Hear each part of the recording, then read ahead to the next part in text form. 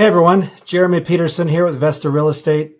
It's been 4 months since our last market update, and it has been a pretty wild experience in that last 4 months.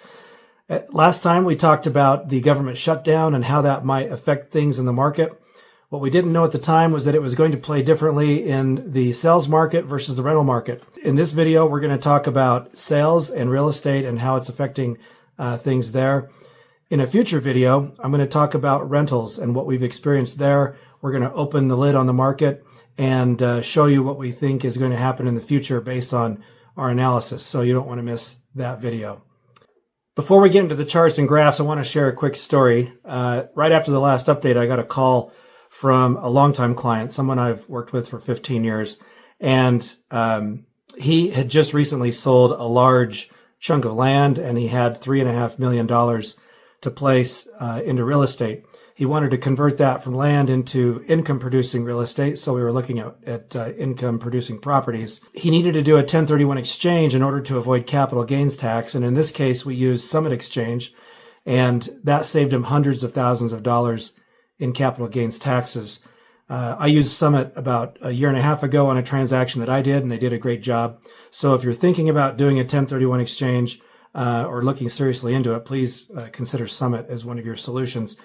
If you are thinking about selling some property and want to talk about a 1031 exchange, learn more about how it works, know the ins and outs, feel free to give me a call and I can talk to you about that and share with you my experience and my client's experience so you know what to expect. So anyway, continuing with the story here, we ended up putting our spreadsheets together and we analyzed all these properties based on price per square foot, price per unit, price per bedroom, and our gross rent multiplier metric as well.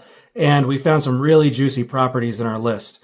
And so we went out and we looked at these properties and we put them under contract.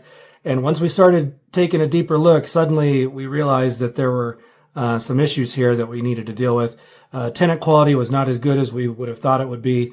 And there were definitely some issues with the properties that weren't manifest just by taking a casual look at them. And so we excused ourselves from those properties, retooled our expectations, kind of dialed back on our metrics a little bit. And we ended up finding 2 single-family homes and 3 fourplexes that we purchased, and we wrapped up those in November and December. So the moral of the story here is if you're going to move money in real estate, do a 1031 exchange. If you're using spreadsheets, trust your spreadsheets, but verify with inspections and lease reviews. And if you have an agent, make sure your agent understands the real calculus of tenant quality, property condition, and neighborhoods. So let's get into some charts. Interest rates have been declining steadily since about mid-year, and right now rates are hovering just above 6%. This is good news for home buyers.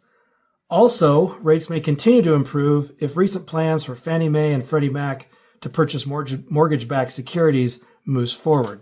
The plan is for them to purchase about $200 billion of mortgage-backed securities.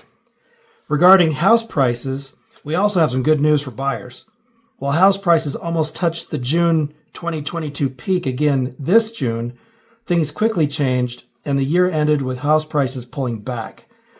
As we move into the new year, prices are breaking their trend line, which could indicate we are moving deeper into buyer's market territory. When we take our price chart and adjust it for inflation, news for buyers gets even better. House prices are the most affordable they've been since January 2021.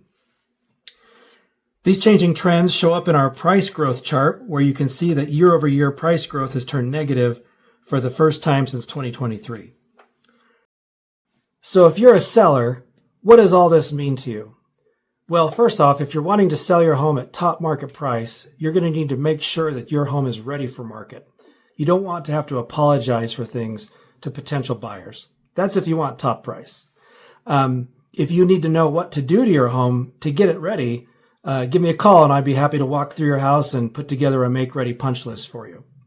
Also, sellers need to be ready to receive offers from buyers that include concessions or some closing costs. Most buyers are going to ask for those to help facilitate a sale, so don't be surprised when they show up. If you're a buyer, what does this mean to you? Well, the good news is that you have options. If you've been saving up for a down payment for the last year or two or several years, and you've been waiting for the right opportunity, with interest rates being the lowest that they've been in years, homes that were previously unaffordable might actually be attainable in the current market. We might need to take a look at your financing options and do a reassessment of that to find out where you're at right now relative to house prices. But don't be surprised if there's some things that might be available. Also, sales prices are actually occurring below list prices. So don't let a list price intimidate you too much when looking around, because there might be some wiggle room in that in going to the seller with an offer. The bottom line is make sure that you're working with a seasoned agent who knows how to navigate the market. If you have other questions, concerns, or want to talk real estate, give me a call. Thanks for tuning in.